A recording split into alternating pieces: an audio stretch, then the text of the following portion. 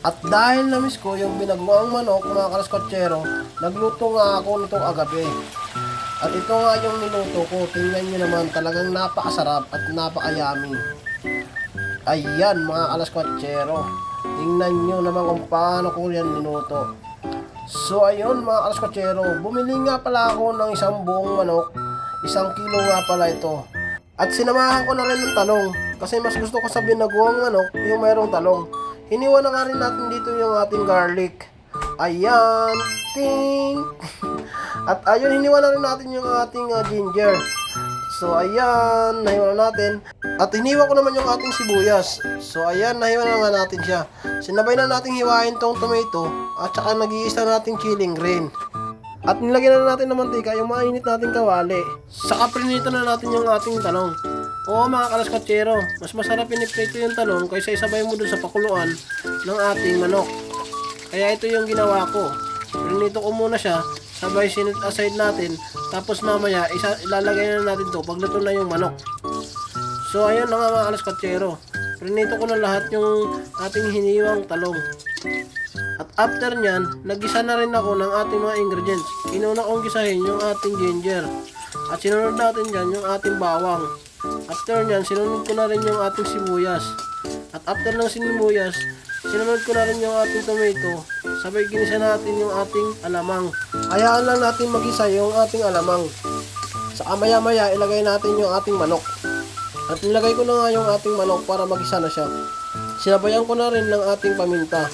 At after nyan, hinalo ko lang para lahat ng manok ay magisa.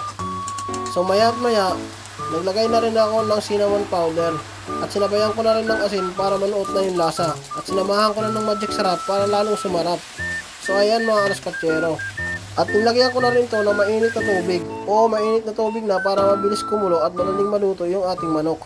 So tinakpan ko siya ng 10 minutes. After nun, hinalo ko ulit. At hinayaan ko munang matuyo at nilagay ko na rin yung ating green chili. Pinahuli ko siya para hindi masyadong ma-overcook. So after nyan, nilagay na natin yung ating prinitong talong. At pinahuli ko nga yung talong kasi ayoko na masyadong malata siya kasi luto na siya. So ayan na, nilalagay ko na dyan yung ating talong.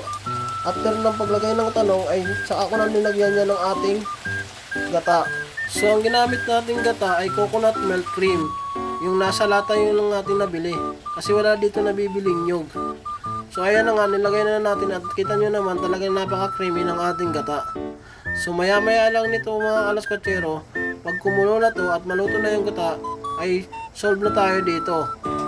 Antay-antayin lang natin maluto yung ating gata at medyo matuyo-tuyo yung kanyang sabaw.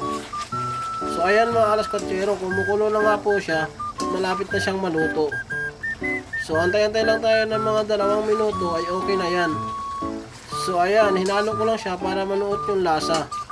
Ayan mga kalaskotsero, nakita nyo naman na talagang napaka-creamy ng ating binagoong manok na merong talong. So ayun mga kalaskotsero, luto na yung ating binagoong manok. So gusto ko lang i-shoutout yung ating mga solid supporters, lalong-lalo na yung mga ka-George natin at mga kalaskotsero natin. Shoutout nga pala sa Team Ibanag na solid supporters din natin.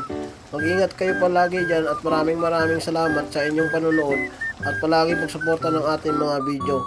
Thank you so much and God bless you all.